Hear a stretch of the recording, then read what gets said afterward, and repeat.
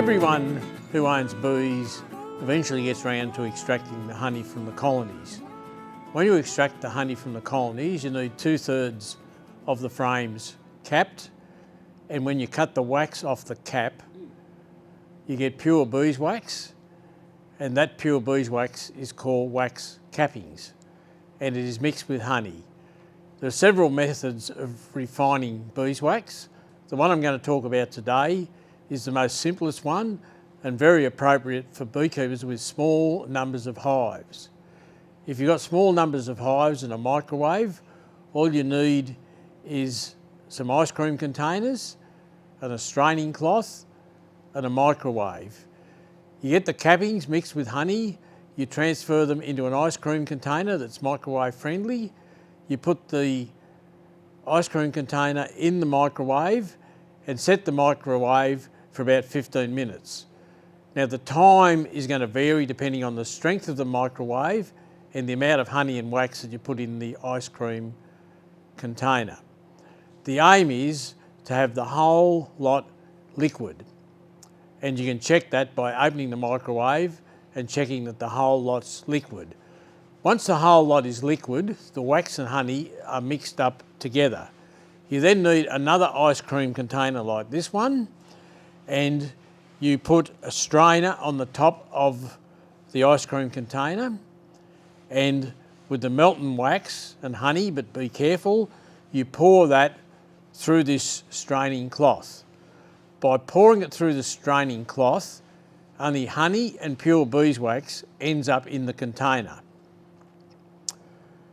You need to let that set, and it takes a while for beeswax to set and to cool down, and you'll end up with pure beeswax that's been strained on the top and honey on the bottom.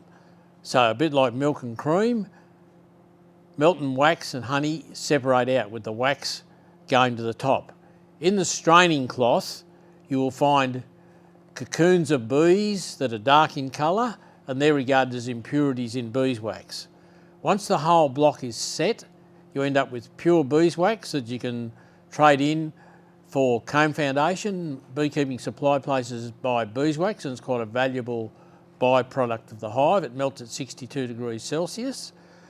The honey underneath is darker than normal, but still quite edible and perfectly clean. So you can take the block out, get the honey off it, and put the honey into a jar, and that's quite edible, and the block of wax is solid that you can trade in and sell.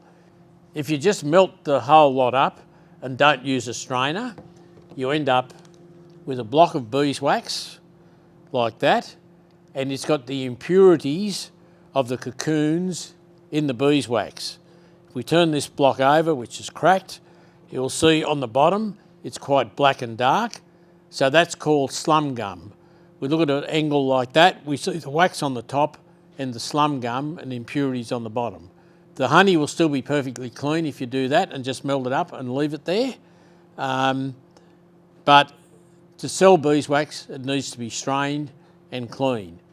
And that's what happens, and we'll see that block in a little while once we finish melting the wax down, and you get a pure block of beeswax. By all means do this, because wax is valuable and it's easy to sell to beekeeping suppliers to buy more beekeeping equipment or comb foundation. Or you can use it yourself, to make candles, to make lip salve, to make hand creams. And there's many formulas that you can get to make your own products from beeswax. Some people sell beeswax on eBay and get quite a high price for it. So we've now got quite a hot mass in this container of beeswax and honey and what we call slum gum, which is the residues from the cells where the cocoons were, where the brood combs were. Even though you extracted honey, there's been brood in some of the honeycombs as well. So it gets quite hot, so you have to be careful, but the ice cream container is not that hot. So now I've got to very carefully pour this into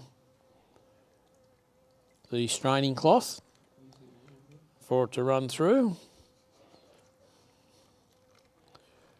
So if you just do it steadily, That's the best way to do it, so the cloth doesn't block up too much. So the honey and the wax is all now completely mixed, but when it cools down, we'll have pure honey on the bottom and pure beeswax on the top. That will be a marketable block of wax for you to sell or to make products from.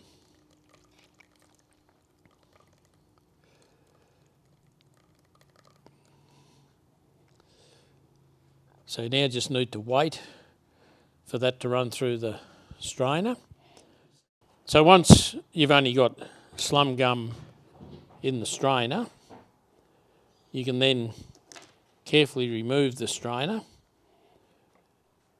and that will reveal, the clean block of beeswax.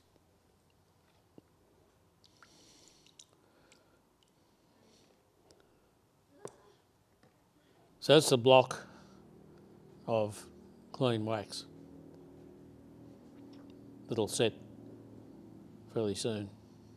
This is a block I prepared yesterday, and you'll notice that the wax is quite yellow, quite clean, and it's cracked because it cooled down fairly quickly, and you'll notice some of the honey has come through the cracks, and that's the colour of the honey. Still quite edible, but darker than normal because it's been overheated. Okay, so this is unfortunately cracked, but it'll just demonstrate, the colour of the honey and how clean the wax is on the top and also on the bottom. So the idea now is to strain that honey off it, and you'll end up with a block of clean, pure beeswax.